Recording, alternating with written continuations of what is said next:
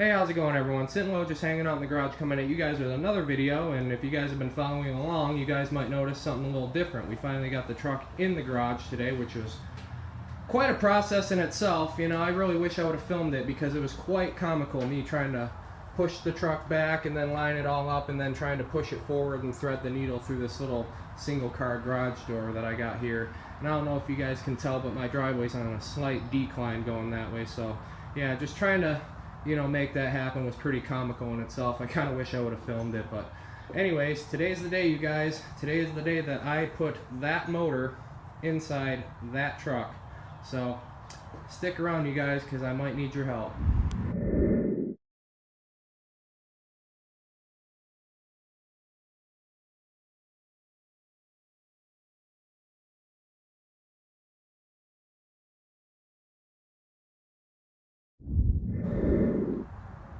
Alright guys, so it took me a little bit of trial and error in order to figure out how to get the motor to kind of, I guess, balance itself out.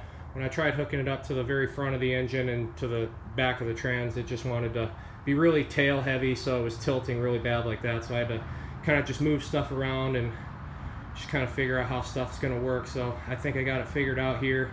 You know, it's tilting down slightly, but I think that'll help us out when it goes to, sliding the transmission back into the trans tunnel there. So I think this is going to be our setup, and we're going to go ahead and try to get this motor put in. I don't mind this strap up here. The reason this one's here is because once I got all the weight of the motor off of the stands, the motor just wanted to rotate this way and just sit 90 degrees this way. So this strap here is just to kind of keep the motor from tilting every other way. So anyway, here goes nothing, you guys.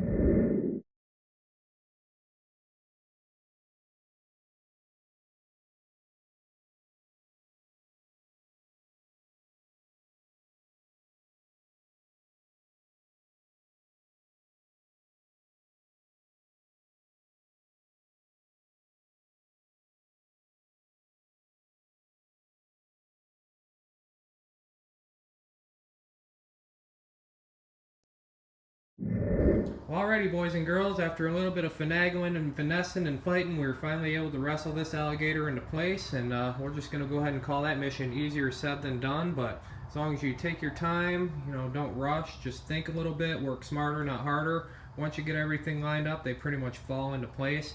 I thought for a minute that I was going to have to take the hood off of the truck, but once I set the motor down and repositioned a couple of things, I was able to make it work out. No casualties as far as breaking any of the sensors or any of that stuff goes, but as I was trying to stuff the motor in, the driver's side exhaust manifold was getting hung up a little bit on the upper control arm, but once I was able to get past that, it was pretty much smooth sailing from there and able to slide it back and just drop it right in. So that was a big step out of the way, and I'm just glad that's over.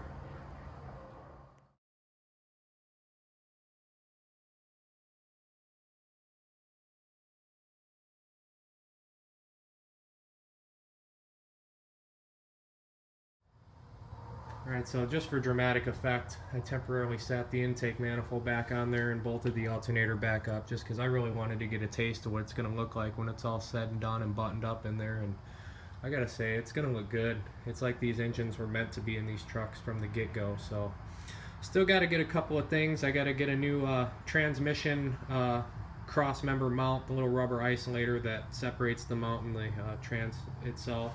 So I got to get a new one of those, and once I get a new one of those and get it lined up, I can get everything bolted into place and really locked down. And yeah, we'll go from there. I'm glad I did those couple of things when I had the engine outside of the truck. For example, the EGR delete, because can you imagine trying to re-drill and tap this hole with the engine sitting in the truck like that? That would have been a real nightmare. Same goes for getting those exhaust collectors freed up down there, because once you get it in there, there's not a whole lot of room to play with. And yeah, so from here on out, we got to worry about all the fun stuff as far as getting fuel to it, getting spark and, wiring to it, and, hooking up all the small stuff like the power steering lines, the exhaust, coolant lines, and just all the throttle cables and all that other stuff. So it'll be fun piecing it together.